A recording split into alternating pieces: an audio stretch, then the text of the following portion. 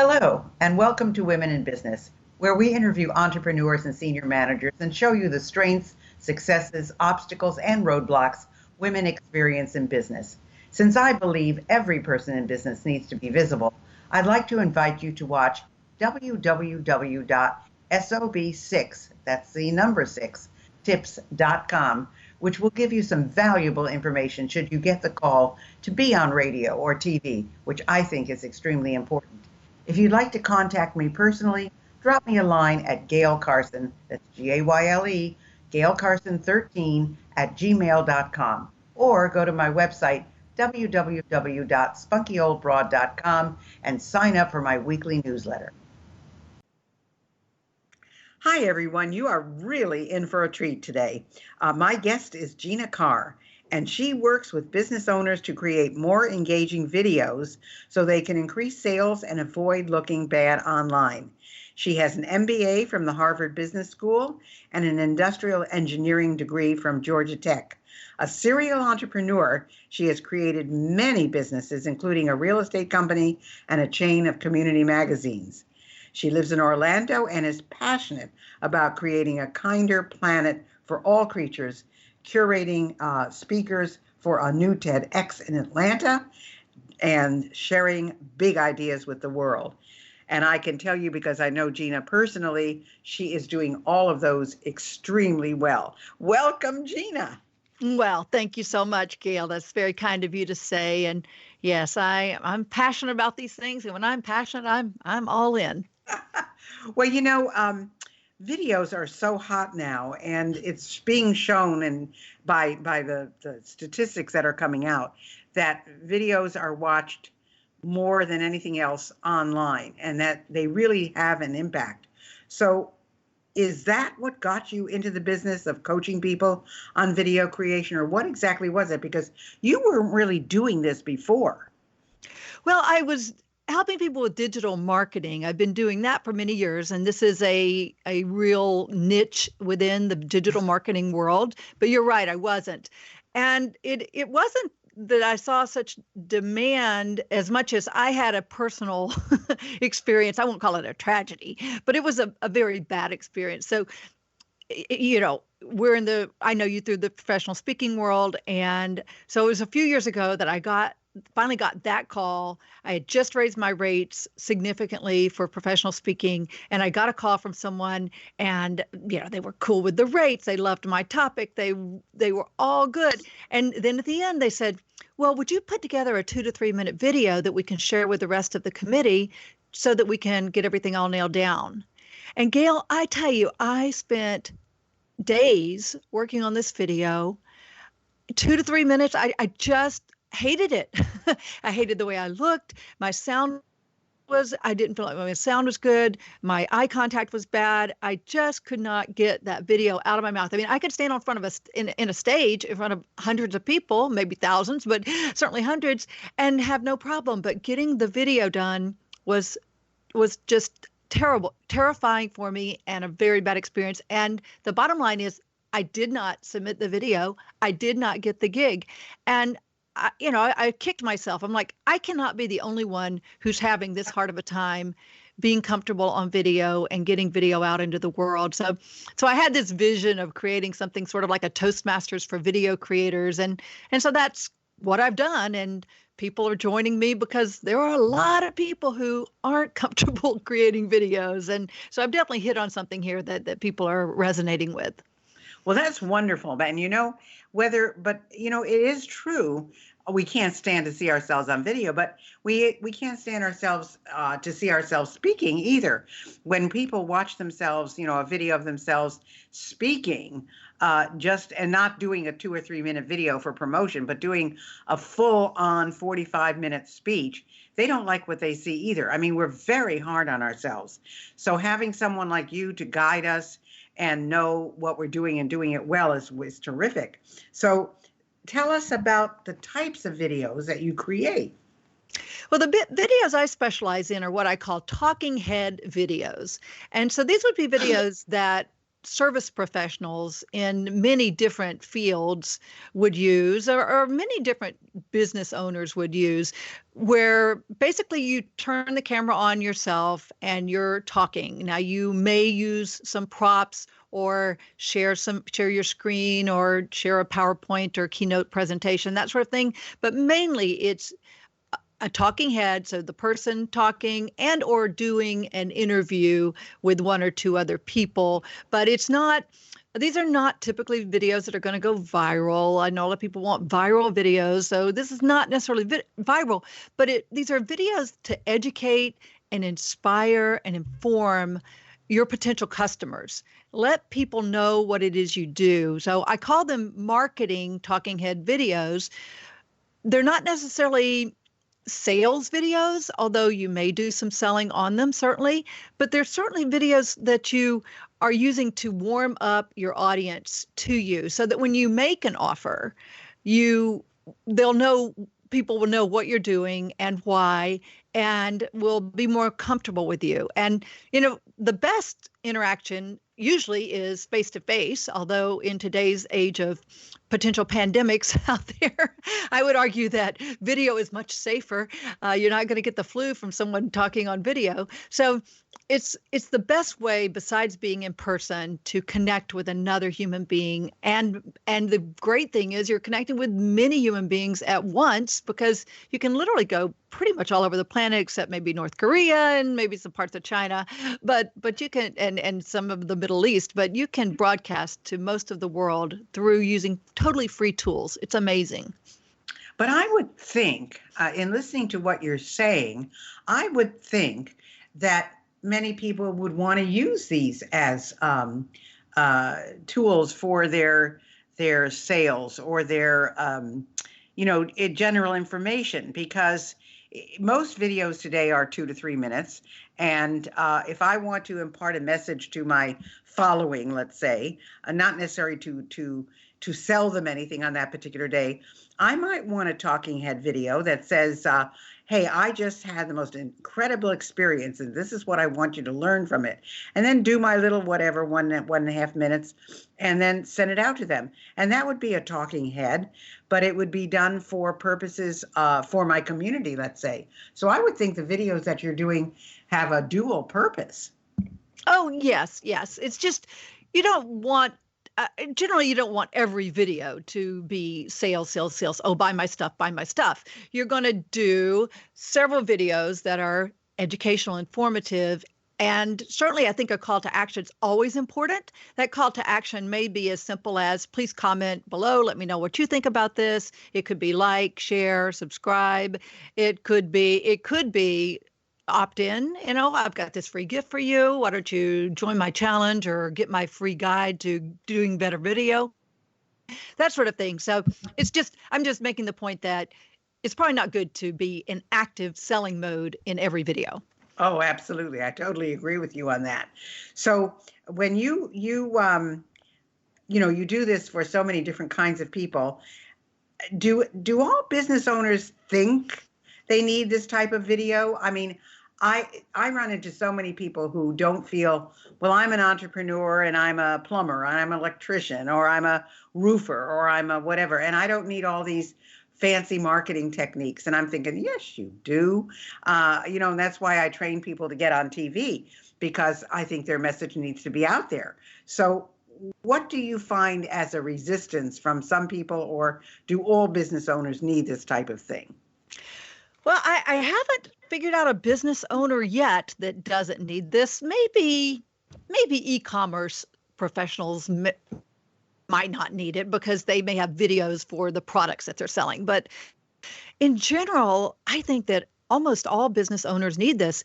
A restaurant owner could use something like this and come on each day and give the specials of the day and show a little bit around the restaurant, or introduce to the team, hey, meet Sally, the waitress, or Joe, the bartender, or whoever it is. And with that personal connection, people are like, yeah, I see that Jane owns this restaurant and she wants more customers, and I could go to a lot of different places today, but I think I'll go to Jane's restaurant because I know she cares and she wants my business. And she asked me, I just saw her video on Facebook.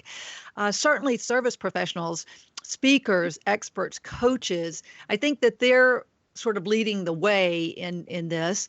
But I would argue also dentists, doctors, financial services people, insurance people, realtors, mortgage brokers.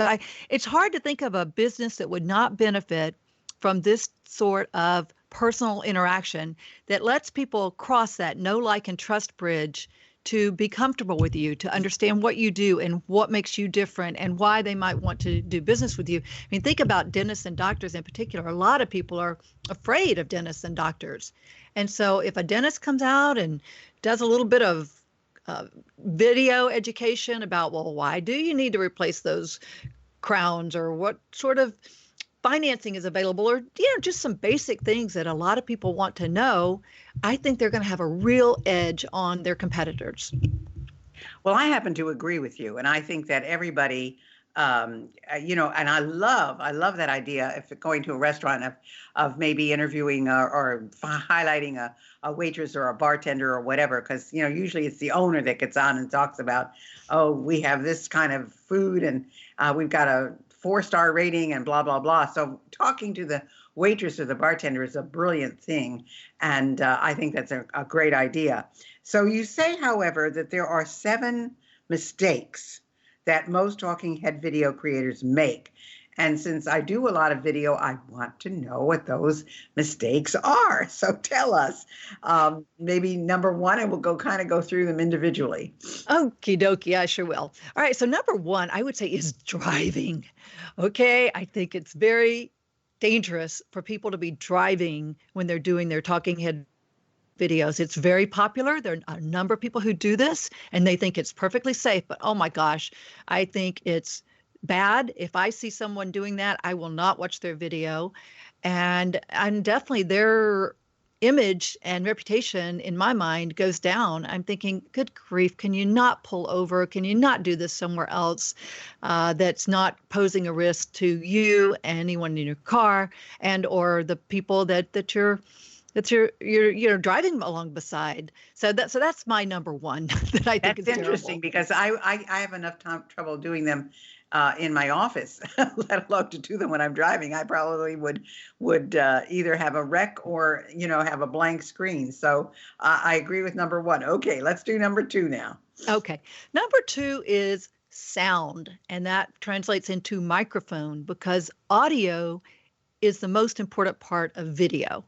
More important than your webcam, it's your microphone. People will stay on a video that has bad visuals as long as they can hear it and listen to it and not be irritated by noise in the background or scruffiness or whatever is going on that would cause a lot of distraction. So audio is the second thing that people really need to focus on. And most people just use the microphone in their computers or in their phones.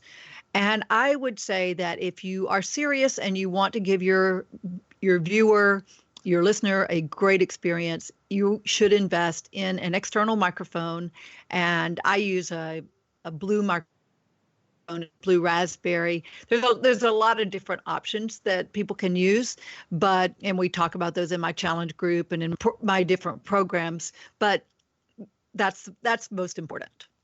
Yeah, I hear a lot of people who do videos outside, and the wind is a big factor when you're doing something outside, and you need not only a great microphone for that, but you also need to be in the right place, because it's really hard when the wind is swirling around you to hear what's really being said. So that's another comment. So absolutely, inside or out, get yourself a professional microphone.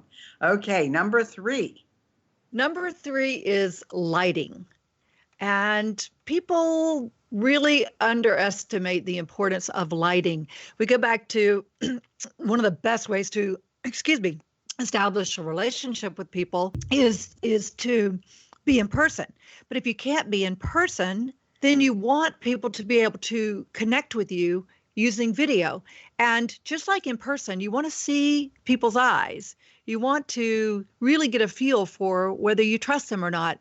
And if you can barely see them because they have darkness or they've got lighting coming behind them, there's some easy things that people can do and set up with inexpensive tools so that they have much better lighting. And one of the best tips is actually to turn towards an not open, but a window, because natural light is excellent lighting for video.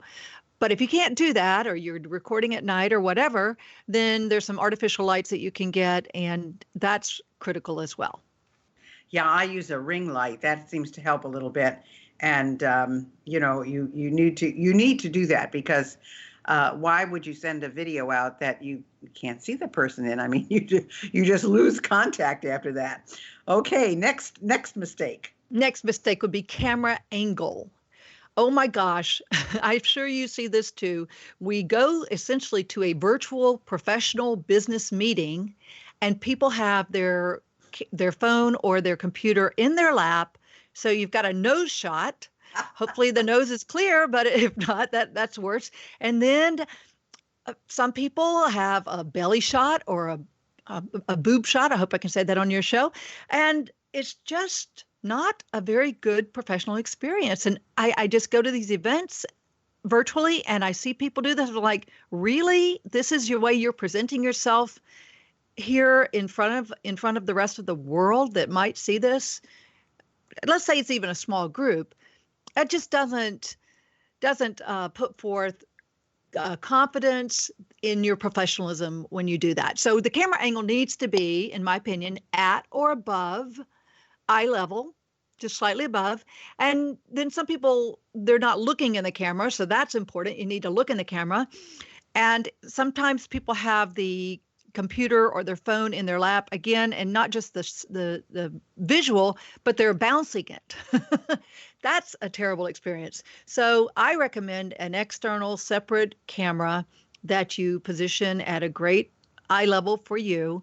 And you can do that with your phone, but just get it out, get it on something stable, a tripod or a bookshelf or a stack of books or something like that, so that you have that stability and your camera angle. And then you also want, I think a good distance is almost the length of your arm. Just a little short of the length of your arm is generally a good distance for your camera. But some people get it far away, and I don't think that that's so good. I think you need to look at what the people, like you talk about people on TV do. What do people on TV do when they're being interviewed or when they're interviewing others? Generally, you're seeing about shoulders up, and the head should be in the top 2/3 of the video screen. And so that's what I think is great for camera angle. Yeah, I know that what the biggest mistake I think I've made, and some other people have made, is when we're doing a video from our video camera on our computer, we're looking at the computer screen, not at the camera. And so it photographs as looking downward. Even though, let's say we're looking at the other person on the screen and talking to them, we should be talking to the camera. And that's a hard thing to do, because you want to look at the person and you want to feel like you're communicating directly with them, but you aren't. You're communicating with that silly little camera that's on the top of your computer screen or somewhere else. So very, very good advice there. Okay, next. Okay, next would be what I'd call dress for success. And this includes your background. Sometimes people have a very busy background, or they have things going on in the back that are distracting. And so the more simple, the better, in my opinion. You don't want a bookcase to be right immediately behind you, and it's maybe a little junky or cluttered looking. And instead of people paying attention to you, they're wondering what books you're reading or what books are on your shelf. So that's what I would say about background. I just have a simple tapestry that I use from Amazon, and it works well. It's the globe. It's a world background, and so I like that. It's maybe a little busy. Even just a simple plain color is good, and you can put that right up behind you. So a lot of people like to use green screen. Green screen's hard to get right. It's real fickle for most people, unless they really have invested in some serious equipment. So I'm not big on green screens, but I do like just a simple background. And then dressing for success, you also need to make sure that your clothes are not going to clash with your background. For example, with my tapestry, it's a little bit busy. So I make sure that I wear solid colors that complement the background.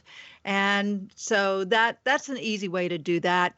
I think sometimes people just don't recognize that what they're wearing, it's busy pattern or checks and lumberjack shirt, that sort of thing.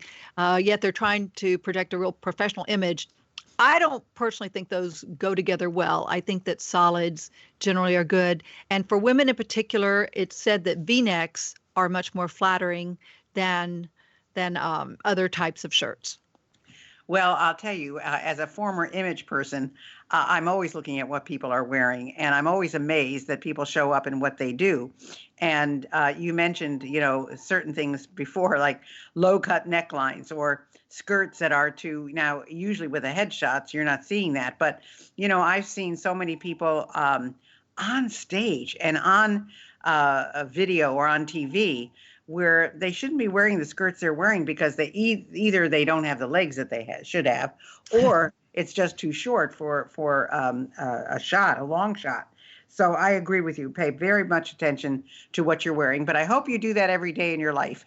I mean, there are places for lumberjack shirts and there are places for short skirts, but not necessarily when you're doing business. So that's a very important thing. And what's next? I don't even know what we're on. What mistake are we on now? This would be number 6. Okay, go ahead. Number 6 is having no plan. So when people get ready to do their video, one of the reasons they freeze is that they don't have a plan. They just sort of have this vague idea of, I'm going to talk about what I like about doing my mortgage business. Well, if you have a plan in advance and you put it on a little note card, I show folks how just use an index card, cut a hole in the middle, and literally tape it to your camera so that you can be looking at the camera, but you've got your notes right in front of you, or just hold your notes. Or some people can do this just right off the cuff, but generally it's going to be good to have your plan and write it down. I have a very simple content formula that I'll share with you that helps a lot of people. And that is, number 1, come out with a hook. That's a positioning statement or question or a problem that you're going to help people solve. Then tell a little story. Share your teaching points, 1 to 3 teaching points. Then have a call to action. Now, if your video is over 10 minutes, you probably want to also do a summary. But that's a real simple content formula that you can use to plan your videos, and they're going to go a lot smoother than if you had no plan. Fantastic. Well, I want to make sure we get them all in, and we only have about 4 minutes left. So what's your 7th tip?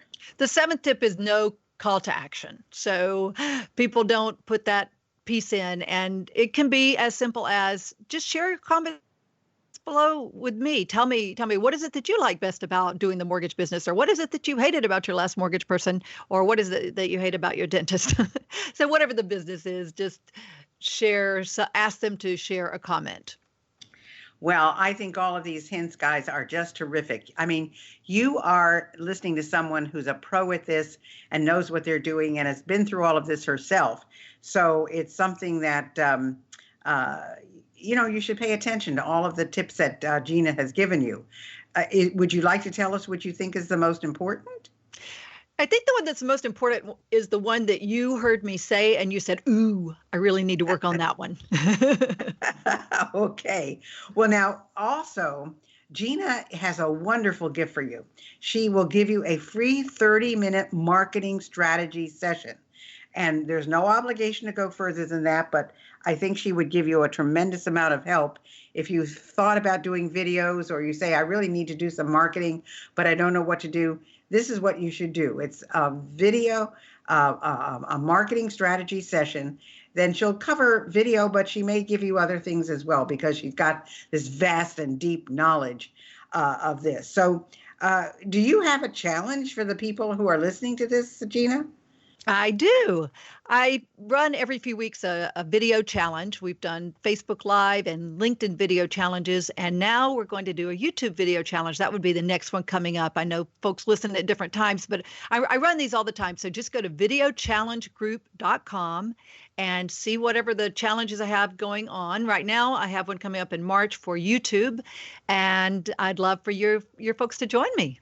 It's That would be free. It's totally free. And we meet every day and you have a little challenge to go up and do a video. You learn something, you implement. I'm very big on learn, implement, learn, implement. And so that's the best way to move your business forward. fantastic. Well, go to her. You've got her website, which is Video Rockstars, STARZ.com, videorockstars.com. Get her free 30-minute marketing strategy session. And one more time, give them the site for the challenge. Videochallengegroup.com. And the best way to schedule the strategy session with me is to go to ginacarr.com and just look for the tab for strategy session. Fantastic. Well, you've heard it from a pro. You've heard it from somebody who is doing this right now. This is as topical as you can get, folks. Video is hot. Video is looked at more than anything else today, but you've got to do it right. That's the key. You've got to do it right. You've got to do it well, or people will just, their attention span is about 3 seconds as it is. And if it's a bad video, they're just going to go somewhere else. So really take advantage of Gina's offer. It's a fantastic one, and she will help you a lot. I want to thank you so much for being with us, Gina. This was terrific. I know our listeners will really benefit from this, and hopefully there will be many of them that are in touch with you to learn how to do their own videos. You've had the opportunity to get to know me over the last few years, and I'd like to get to know you as well. One of the things I'm offering is training for the media. I have a wonderful program that will get you ready for any radio or TV interview you might be offered. Many of you are doing wonderful things, but no one knows about them. Others of you are successful and wonder what's next. Whether you're in a business or have a special cause or a specific event you're promoting, media can help, and I can help you master your message so you can master the media. If this sounds interesting to you, email me at GayleCarson13@gmail.com with media training in the subject line. I promise I will be in touch. Thanks for listening to Women in Business. I hope you enjoyed today's show, and if you have any suggestions as to who you'd like me to have as a guest, just email me at GayleCarson13@gmail.com. Be sure to check out www.sob6tips.com, and in the meantime, go to www.spunkyoldbroad.com to see the resources I have for you.